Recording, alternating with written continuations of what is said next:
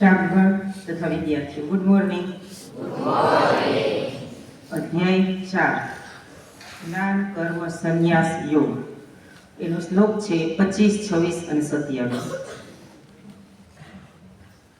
દેવમેવા પરે યજ્ઞમ યોગિનઃ પર્યુપાસતે બ્રહ્માજ્ઞાવ પરે યજ્ઞમ યજ્ઞેનેવોપજુહ્યતિ.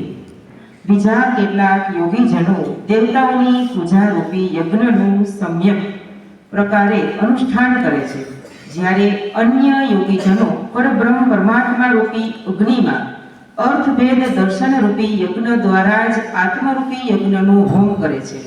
યજ્ઞનું સામિલ એટલે કે જે લાકડા છે એના દ્વારા કોઈ યજ્ઞ કરે છે, તો કોઈ આત્મરૂપી પોતાનામાં જે ખરાબી છે એ હોમી અને પણ યજ્ઞ કરે છે. 26મો શ્લોક.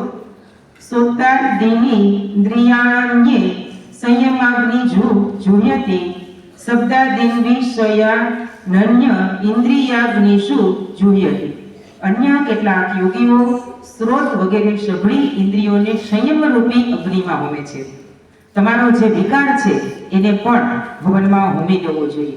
તો વળી બીજા કેટલાક યોગીજનો શબ્દ વગેરે સર્વ વિષયોને ઇન્દ્રિયો રૂપી અગ્નિમાં હોમતા રહે છે, કે જે આપણા શબ્દ છે, જે કટુ શબ્દ છે, કઠોર શબ્દ છે, એવાનો પણ આપણે હોમ ભવનમાં હોમી દેવા જોઈએ કે આપણે મૃદુભાષી બની શકીએ.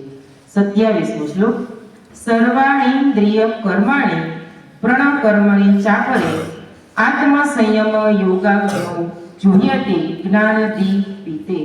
અન્ય યોગીજનો ઇન્દ્રિયોની સર્વ ક્રિયાઓને તથા પ્રાણોની સમસ્ત ક્રિયાઓને જ્ઞાન વડે પ્રજ્વલિત આત્મ સંયમ યોગ રૂપી અગ્નિમાં હોમી દે છે.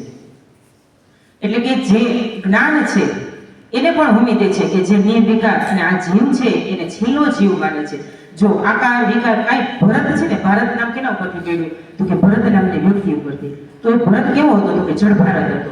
તો કેમ જળ ભારત થયો? આપણે એમ કે આ જળ બુદ્ધિનું છે, તો એને કેમ કેવું કેમ કહેવામાં આવે છે કે એને કોઈ પણ દુનિયાની કશી પણ પરવા હોતી નથી. પછી તેનું લુક વાઇઝ એના વાતચીત કાંઈ કોઈ હારે કાંઈ એક ભૂખ લાગે તો જ ખાવાનું, એ કેવું સ્વાદિષ્ટ ખોરાક નહીં.